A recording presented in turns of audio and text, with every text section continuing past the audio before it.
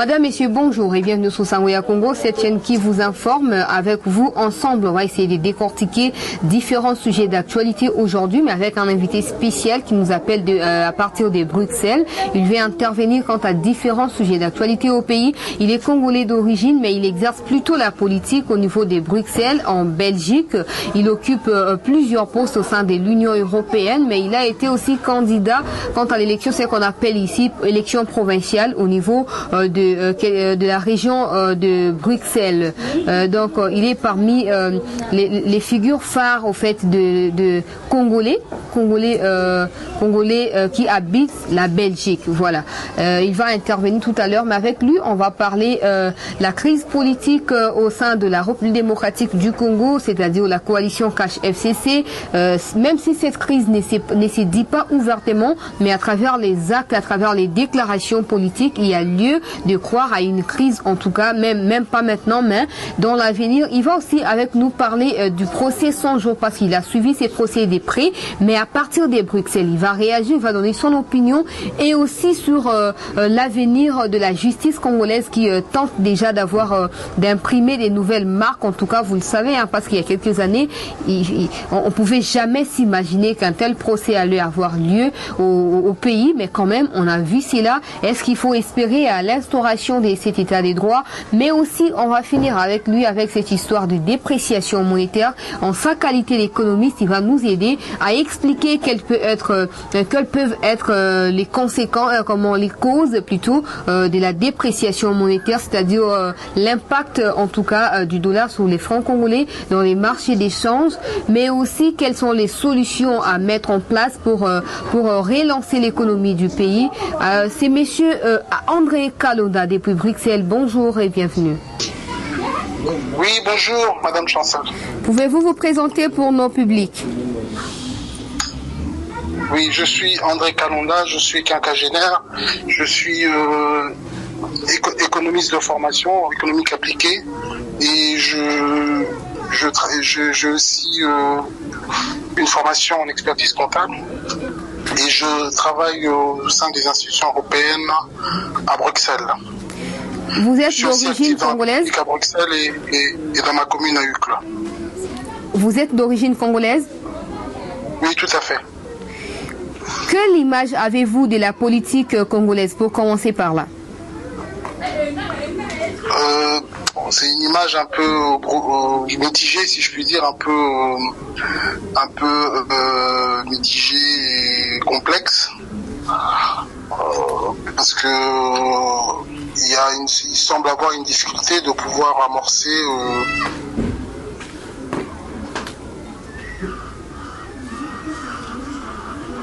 Allô?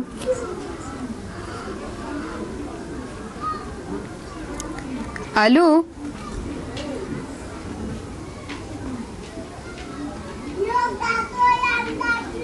Allô?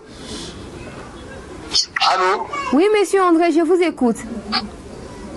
Oui, je disais que l'image que je peux percevoir, c'est que je perçois une activité, une classe politique qui est un peu entremêlée et qui a du mal à pouvoir dégager des actions concrètes dans l'éclosion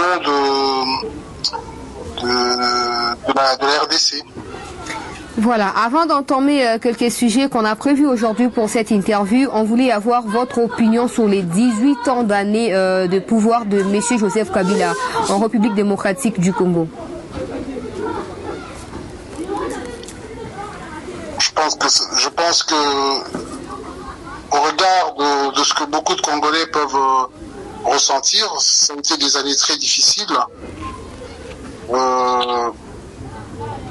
Il n'y a pas eu de décollage économique, que ce soit au regard de ce qui peut être entendu à l'intérieur du Congo ou à l'extérieur, qui est peut-être l'opinion la plus objective. Il n'y a pas eu des investissements, et des investisseurs institutionnels et traditionnels au Congo, parce que je pense que il y a toujours certains éléments, notamment la sécurité juridique, qui font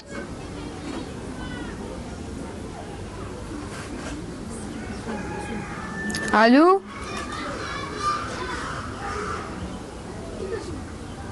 Monsieur André, il est en direct là, hein, comprenez les aléas du direct, donc on continue, il est là. Allô? Allô, monsieur André?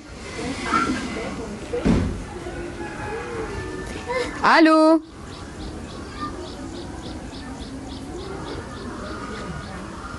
Allô?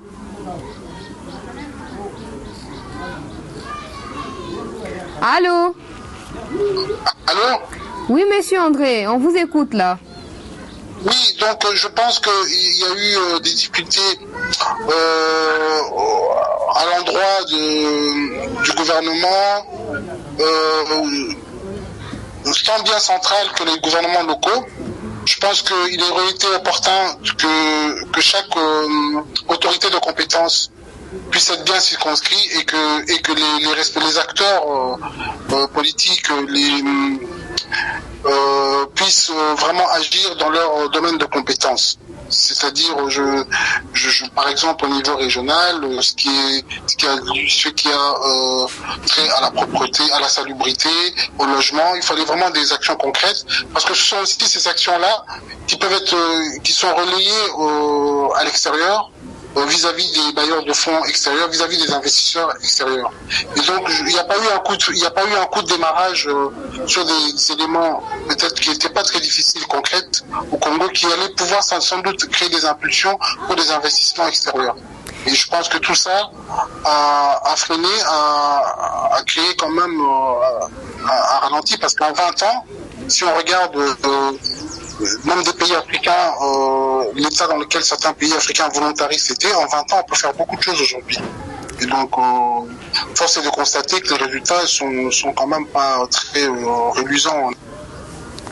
Voilà, monsieur André, on vous comprend. Parlons cette fois de l'arrivée au pouvoir de l'actuel président de la République, Félix Tshisekedi Tshilombo.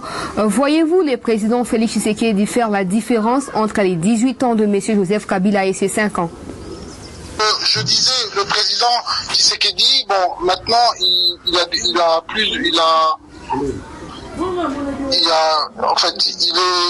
accédé à la présidence depuis 18 mois environ. Et je pense que les résultats sont plus ou moins mitigés. Il est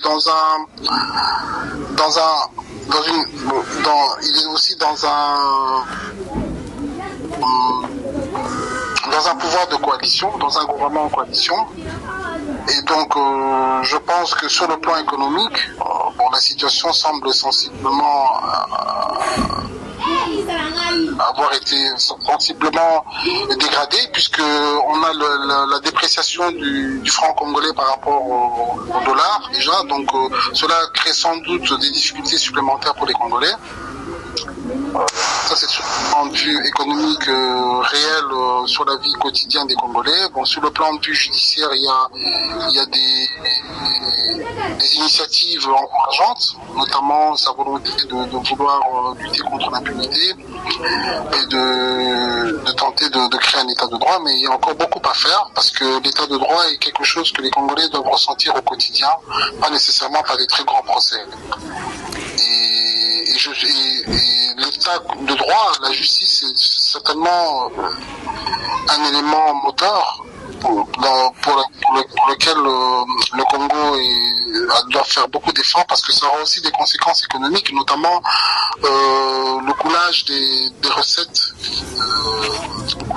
fiscales. Je pense que peut-être une fois que le Congo aura pu prouver qu'il a une maîtrise des recettes fiscales, on va déjà se rendre compte qu'au niveau judiciaire, au niveau de l'état de droit, il y a eu des avancées. Donc ça, c'est très important, parce que le budget du Congo est... Allô? Oui, monsieur André, on continue avec vous. Je comprends vos explications, mais on reviendra certainement sur l'aspect économique, parce que vous êtes économiste, et on cherchera à avoir des solutions en ce qui concerne la dépréciation, c'est-à-dire vos propositions au gouvernement congolais quant à la sortie de cette crise monétaire congolaise. Si vous étiez le président Félix Tshisekedi, qu'allait être votre priorité pour le peuple congolais? Je ne vous ai pas bien entendu. Si vous étiez le président Félix Tshisekedi, quelle allait être votre priorité pour le peuple congolais? Je pense qu'une des très grandes priorités, d'après ce que les retours que j'ai, c'est aussi ce qui ressort des prérogatives du chef de l'État et du gouvernement en général, c'est l'aspect sécuritaire déjà, l'aspect sécuritaire, tant bien sécurité des biens et personnes, mais aussi du territoire. Donc au niveau de l'administration du territoire, au niveau des personnes, que les personnes sentent qu'ils sont beaucoup plus en sécurité, donc tant bien à Kinshasa qu'ailleurs, c'est-à-dire la sécurité quotidienne vis-à-vis des personnes physiques et des personnes morales également, mais surtout des personnes physiques. Et également, en ce qui concerne la sécurité du territoire. Donc ces dernières semaines, il y a eu une résurgence, un regain de violence avec plusieurs forces étrangères qui occupent des espaces nationaux. Et là, il y a du fil à retordre pour le président Tshisekedi et le gouvernement en général. Et donc je pense que certains Congolais sont un peu inquiets par cet état de fait. Et il y a bien entendu l'aspect économique pour lequel les besoins de base, comme l'alimentation de base, le pain, les produits de première nécessité comme la semoule, le riz, devraient être des produits pour lesquels, quelle que soit la situation, les Congolais devraient. Donc je pense que voilà, moi je me serais attelé sur ces thèmes-là, sur ces problèmes-là. Avant de chuter en ce qui concerne l'économie ou cette histoire de dépréciation monétaire, parlons de la coalition Cash FCC qui dirige le pays. Quel avenir vous donnez à cette coalition?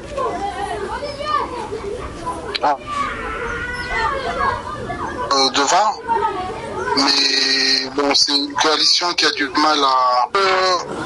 Donc pour la coalition Cash FCC, bon, c'est une coalition qui est atypique. Allô? Oui, je vous écoute là.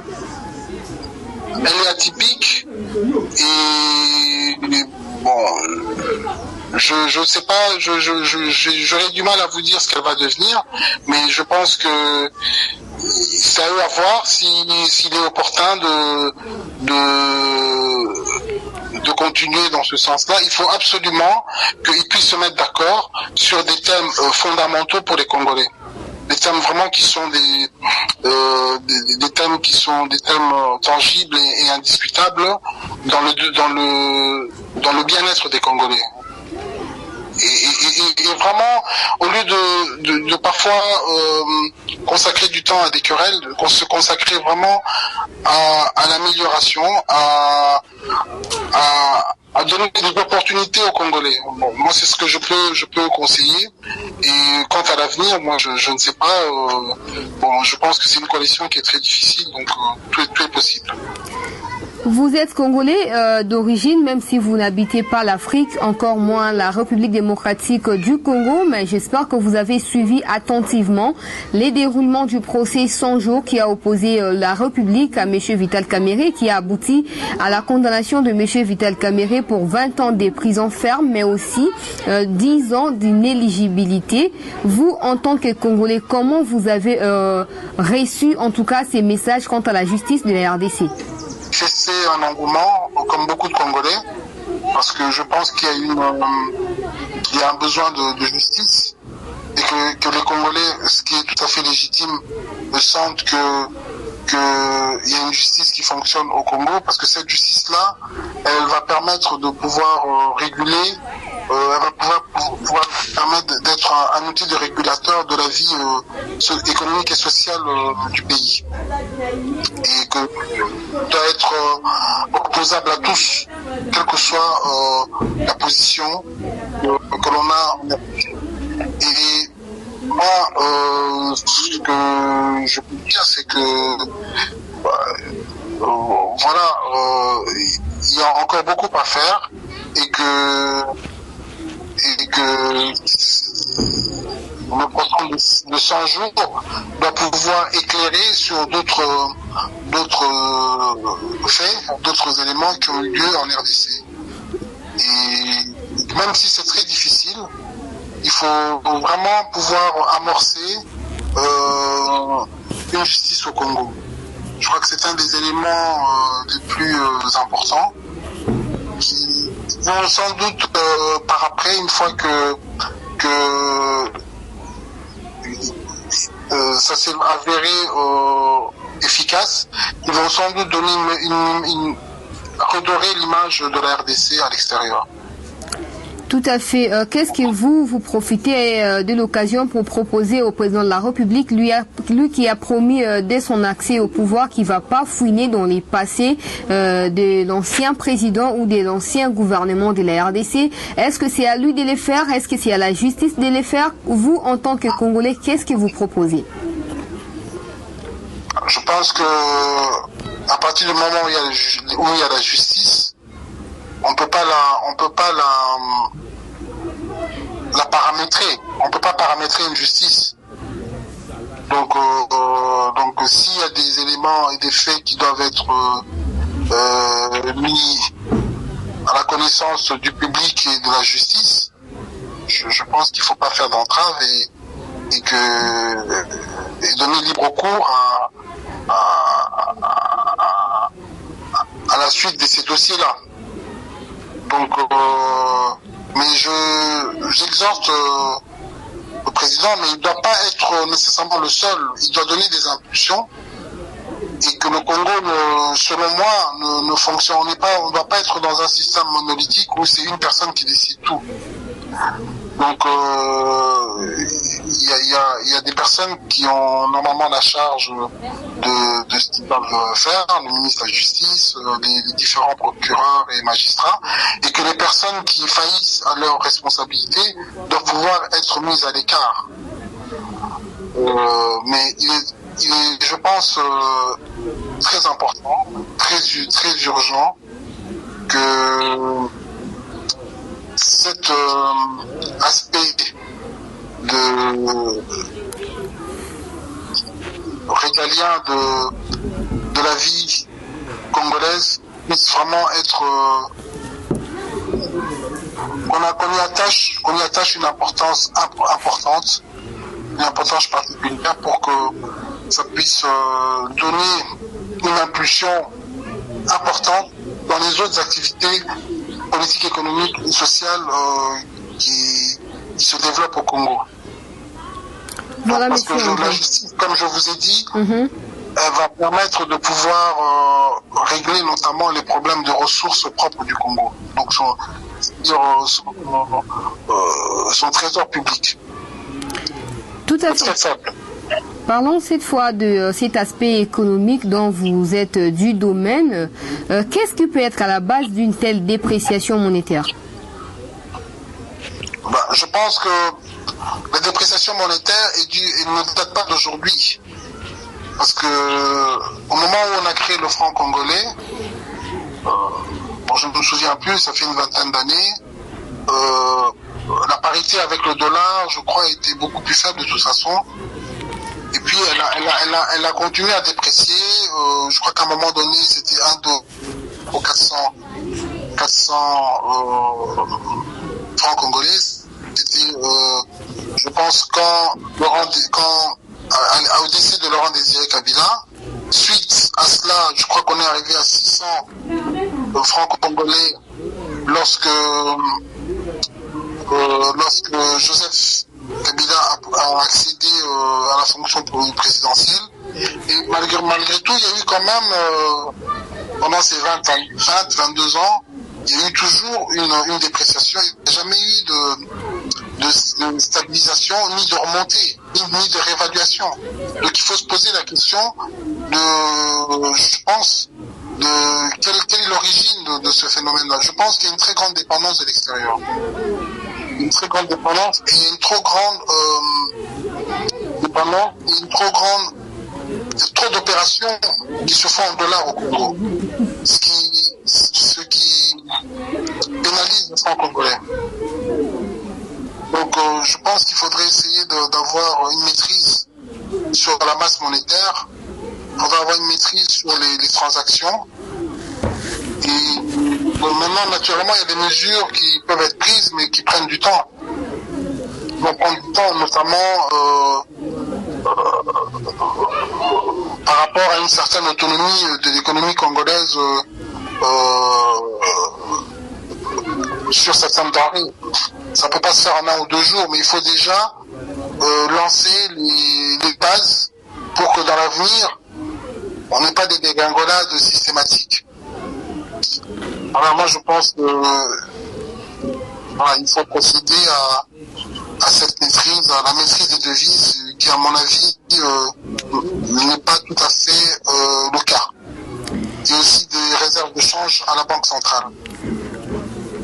Voilà, avant d'échuter dans cette série de questions et réponses, qu'est-ce que vous, en votre qualité d'économiste d'origine congolaise, vous proposez au gouvernement congolais, au ministre de l'économie, ministre des finances, ministre des budgets, mais aussi de l'agriculture, pêche et élevage?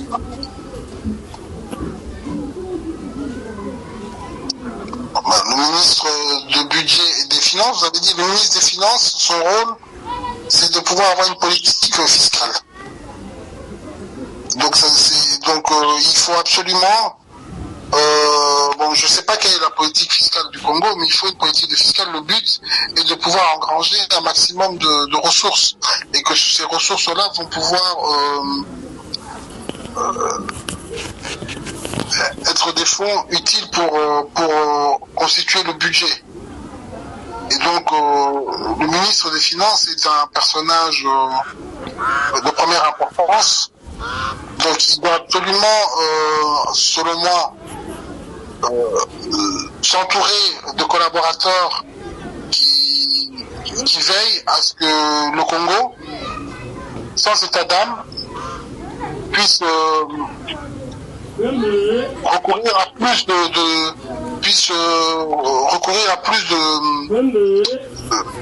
de financement, puisse recourir plutôt à essayer d'engranger plus de ressources. Et donc il y a des techniques à travers des lois, par exemple sur certaines transactions, on pourrait faire voter des lois pour que les ressources puissent être augmentées, les ressources de l'État, au ministère des Finances, et qu'il y ait un contrôle peut-être plus pointu au niveau de la douane, de l'inspection des finances. Je pense que les problèmes sont là, et que l'administration des finances, elle doit pouvoir être réévaluée dans ses compétences, réévaluée dans sa manière d'échanger les informations. Mais je pense qu'un pays comme le Congo, indépendamment, il y a notamment les recettes fiscales qui doivent provenir des matières premières, mais au-delà de cela, il faut aussi de recettes à travers opérations courantes de vente et d'achat, comme il existe dans d'autres pays, à travers des vignettes de circulation, à travers même des taux qui soient faibles.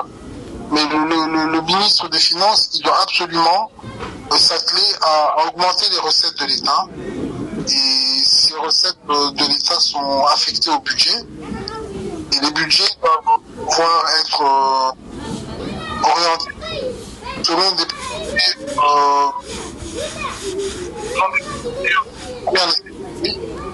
et donc moi, je quitterai l'enseignement, la formation, la création l'encouragement, le soutien et l'encouragement des entrepreneurs, la codification de l'entrepreneuriat, parce qu'il y a beaucoup d'informels et il faudrait que certaines personnes qui sont actives dans l'activité économique congolaise puissent s'enregistrer, puissent être formés et payer des taxes, même des taxes moindres.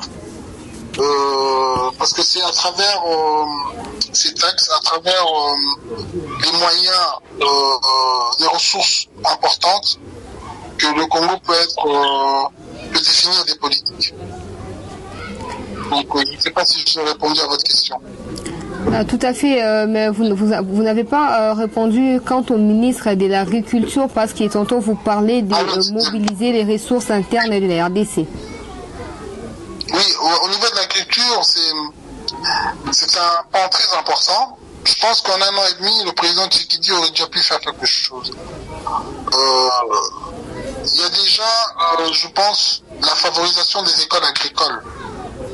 Donc, il faut favoriser l'école technique et professionnelle agricole. Donc, créer une culture de la culture vivrière, de l'agriculture. Donc, que ce soit chez monsieur tout le monde et que ce soit chez certaines personnes qui sont plus professionnelles. Et essayer de voir avec les États, essayer de faire des coopérations, des synergies avec des États qui ont peut-être plus d'expérience dans ces domaines-là. Je pense qu'en 1 an et demi, on aurait pu déjà avoir quelques résultats substantiels. Et vraiment pencher la population. Que là, ça créerait déjà beaucoup de travail, ça créerait déjà des emplois.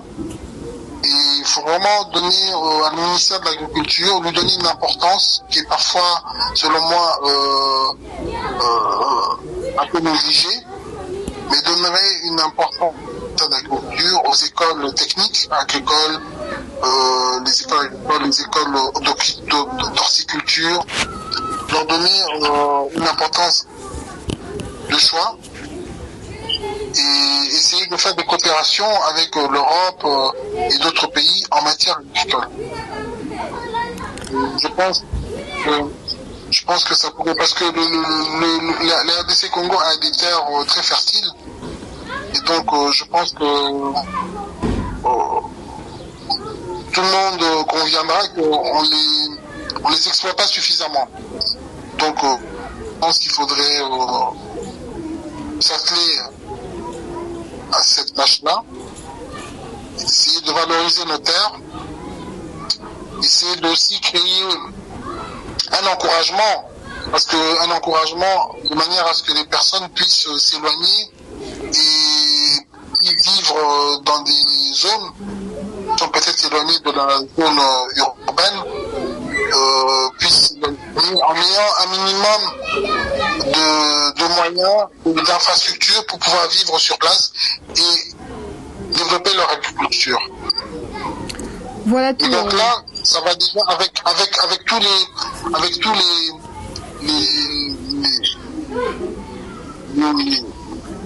tous les éléments qui sont, je peux dire, annexes à l'agriculture, ça peut créer aussi des pôles de compétitivité et ça peut aussi créer des emplois qui sont rattachés à l'agriculture.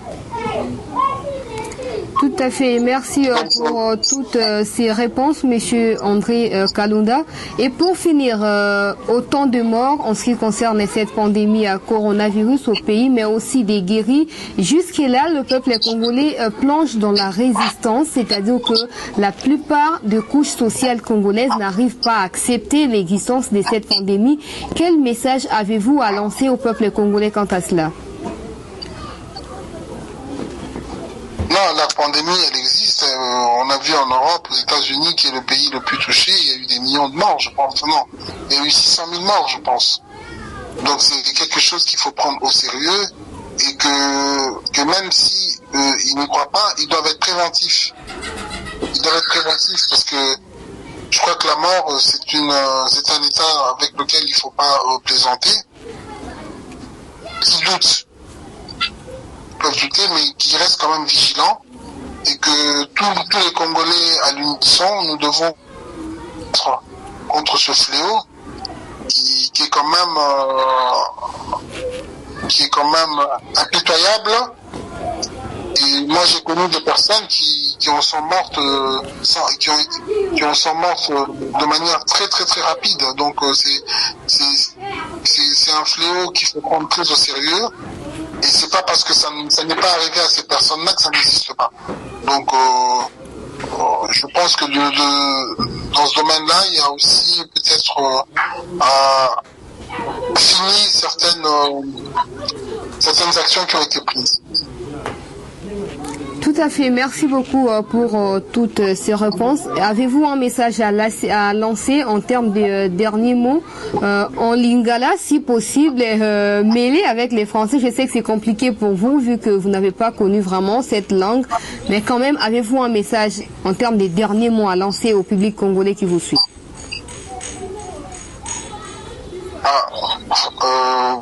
Nalobi que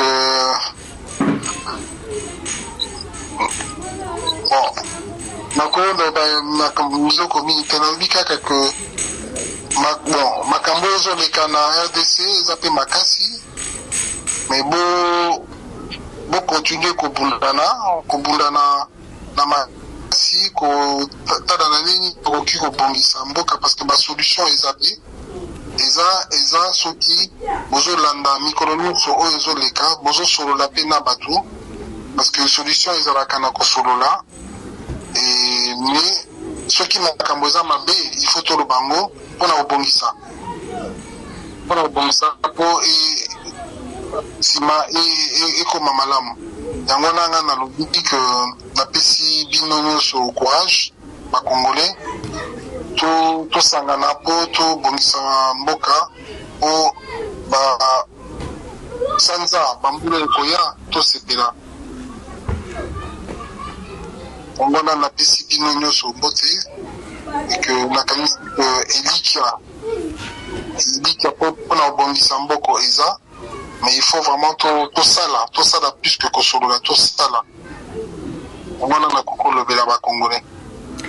Merci beaucoup, Mwanamboka André Kalonda. Je rappelle que vous habitez Bruxelles et que vous faites aussi la politique là-bas. Vous êtes économiste, mais vous occupez aussi beaucoup de postes au sein de l'Union européenne. On espère vous retrouver très bientôt pour nous parler plus de vous et surtout de comment vous avez vécu tous ces moments en Belgique, votre famille et ce que vous faites concrètement. Merci d'avoir répondu à nos questions. Je vous remercie, Mme Françoise. Merci. Vous avez compris que c'est la fin de cette série de questions-réponses. Je rappelle que c'était monsieur André Kalonda depuis Bruxelles qui a répondu à nos questions s'agissant de la politique de la RDC et des différents sujets comme la santé en ce qui concerne cette pandémie à coronavirus, mais aussi il a mis en tout cas sa main dans la pâte en ce qui concerne la crise entre les cash et les FCC et il a proposé des pistes, des solutions pour la réussite de 5 ans de mandat du président de la République. Il a aussi donné son bilan, quant à lui, en ce qui concerne les 18 ans des mandats de pouvoir de Joseph Kabila en République démocratique du Congo. Merci à vous tous qui nous avez suivis à travers Sangoya Congo. Merci à Arnold Chilombo qui était derrière la caméra pour la réalisation de cette tranche d'information. Quant à moi, je vous dis à bientôt. Eshima, votre magazine qui bat au rythme de l'actualité. Retrouvez la nouvelle édition. Exclusivité, l'an 1 des Basseyane Nanga. Métamorphose et décollage de la province du Haut-Ouélé. À la manœuvre, Christophe Nanga. Avec abnégation et patriotisme, les gouverneurs Basseyane est déterminé à lancer la province du Haut-Ouélé sur la voie du développement intégré. Interview, prise en charge des malades, la maîtrise de la propagation du coronavirus. Docteur Eteni répond à toutes les questions. Économie, la baisse des prix, les combats permanents d'Acacia, Bandou Bola. Dossier Eshima, mécanisme national des suivis, historiques et réalisations. Focus, Sele Yalagouli propose des nouveaux paradigmes de développement indispensables à la relance de l'économie. Nation, championne du social, Agnès Mouad Nawej et la CNSS offrent $1 million dans la lutte contre la pandémie Covid-19. Moussa Mondo sensibilise et prend en charge des personnes vulnérables. Parité, Olive Lembe Kabila, modèle de générosité et d'entrepreneuriat féminin. Afrique, un déconfinement aux multiples facettes.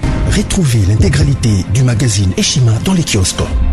Eshima Magazine, un nouveau standard.